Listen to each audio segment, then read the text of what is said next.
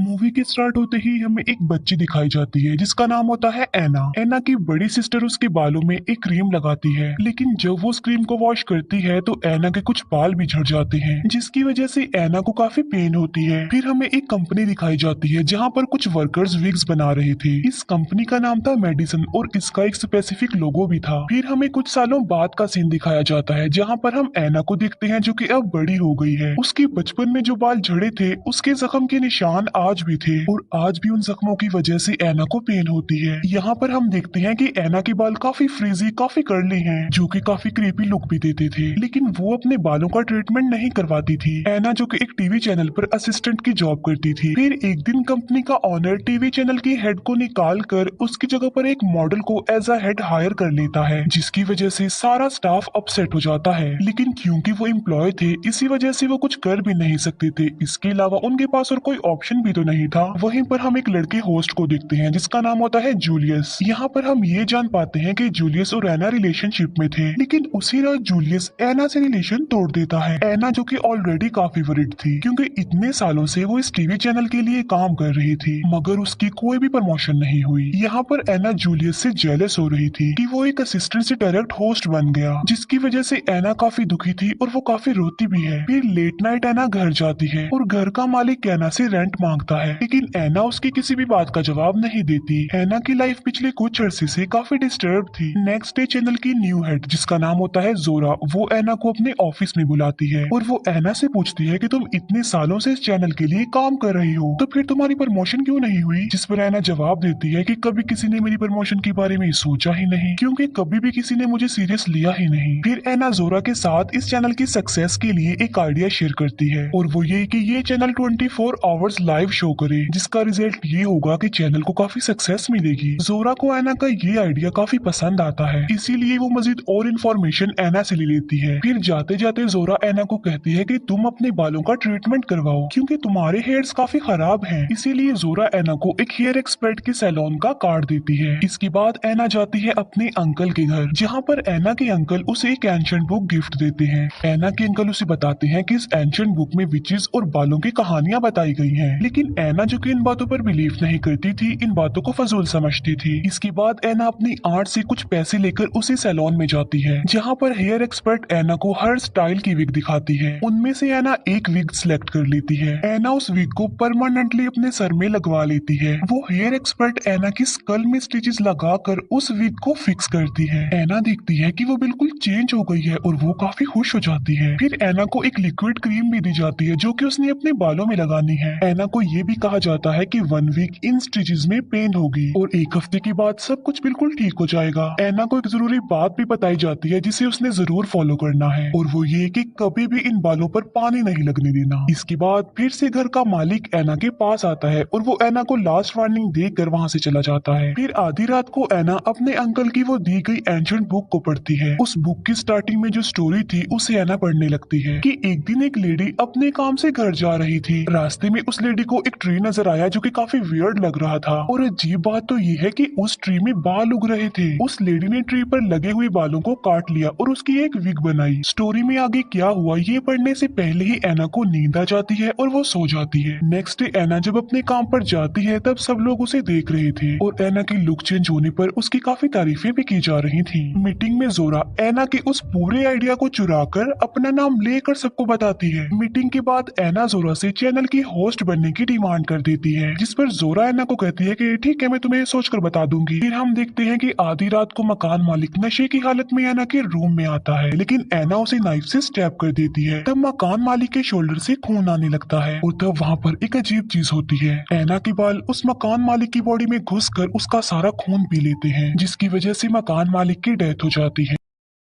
ये देखकर एना काफी डर जाती है, इसीलिए वो मकान मालिक की डेड बॉडी को डस्टबिन में थ्रो कर देती है। नेक्स्ट डे पुलिस को भी ये बात पता नहीं चल पाती कि आखिर इस मकान मालिक की डेथ हुई कैसे है। फिर हम देखते हैं एना को जो कि अपने ऑफिस में थी और अचानक से पोजेस्ड हो जाती है, और ऐसा फील हो रहा था कि जैसे एना को उसके बालों ने कंट्रोल कर लिया हो। एना वो लिक्विड क्रीम रोज अपने बालों में लगाया करती थी। एक बार एना के हाथ पर चोट लग जाती है और एना के बाल उसकी चोट से निकलने वाला खून भी पी लेते हैं। इसके बाद एना की बॉडी के जिस हिस्से से भी खून आता था उसके बाल वो खून पी लेते थे। और हैरत की बात तो ये है कि जब बाल खून पी लेते थे तब उनमें शाइनिंग आ जाती थी। अब यहाँ पर बहुत से सवाल हमारे जहन में उठते हैं कि आखिर ये सब ऐसा क्यों हो रहा है। मीनवाइल हम रात को पार्टी में देखते हैं कि जोरा जूलियस से ब्रेकअप कर लेती है, इसीलिए जूलियस वापस एना के पास आ जाता है। जब वो दोनों साथ होते हैं तो एना को गुस्सा आ जाता है और वो अचानक पोजेस्ड हो जाती है और पोजेस्ड एना जूलियस को मार डालती है और तब एना के बाल जूलियस का सारा खून पी लेते हैं। फिर जब एना अपने नॉर्मल हालत में वापस आती है तब वो डर कर वहाँ से भाग जाती है। फिर एना अपनी आंट को कॉल करती है। वो अपनी आंट को कहती है कि जो अंकल ने मुझे एंशिएंट बुक दी थी उसे रीड कीजिए और मुझे सुनाइए। तब एना की आंट उसे स्टोरी सुनाने लगती है कि एक लेडी थी जो कि अपने काम से घर वापस जा रही थी, लेकिन रास्ते में उस लेडी को एक ब्लैक मॉस ट्री नजर आता है और उस ट्री पर बाल उगे हुए थे। वो लेडी उन बालों को तोड़ लेती है और उससे एक विग बनाती है, लेकिन फिर वो विग उस लेडी को अपने कंट्रोल में ले लेती है। और हैरत की बात तो ये है कि वो बाल लोगों को मारने लगते हैं, उनका खून पीने लगते हैं। तब वो लेडी ये जान पाती है कि वो ट्री कर्स था और उस पर जो बाल लगे हुए थे वो विचेस यानी चुड़ैलों के थे और एक दिन उन बालों ने उस लेडी को फांसी लगाकर मार डाला। यहाँ पर हम ये जान पाते हैं कि एना ने सैलून में जो विग्स देखी थी और इवन जो विग एना ने अपने सर पर लगाई थी वो सब की सब असल में चुड़ैलों के बाल हैं, जो कि उस ब्लैक मॉस नजर आने वाले ट्री से तोड़े गई थी। असल में वो ट्री था ही चुड़ैलों के बालों का। ये पूरी स्टोरी सुनकर एना बहुत ज्यादा डर जाती है। फिर एना ये सोचती है कि मैं दोबारा से उस सैलून में जाऊंगी और इस विग को हटवाकर उन चुड़ैलों के बालों से जान छुड़वा लूंगी। फिर एना रात को ही उस सैलून में चली जाती है और वहाँ पर वो लेडी भी आई हुई थी जो कि पहले चैनल की हेड थी। एना हेयर एक्सपर्ट को कहती है कि मेरी विग को रिमूव कर दो,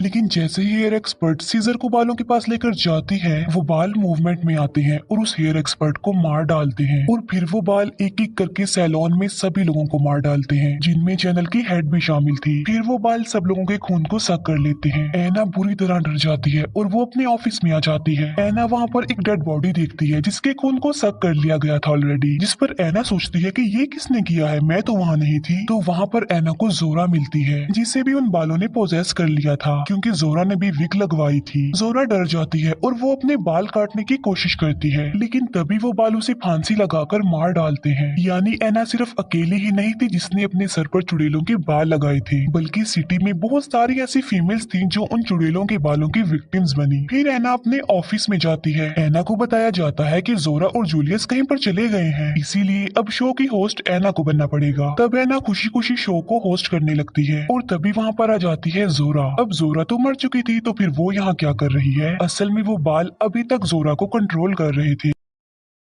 होस्ट करने के बाद एना एक एम्प्लॉय से मिलती है और जोरा उस एम्प्लॉय को मार डालती है और अब मरने की बारी थी एना की। उस वक्त वहाँ पर कोई भी नहीं था सिवाय एना और जोरा के, इसीलिए एना जोरा से बचते हुए इधर उधर भाग रही होती है।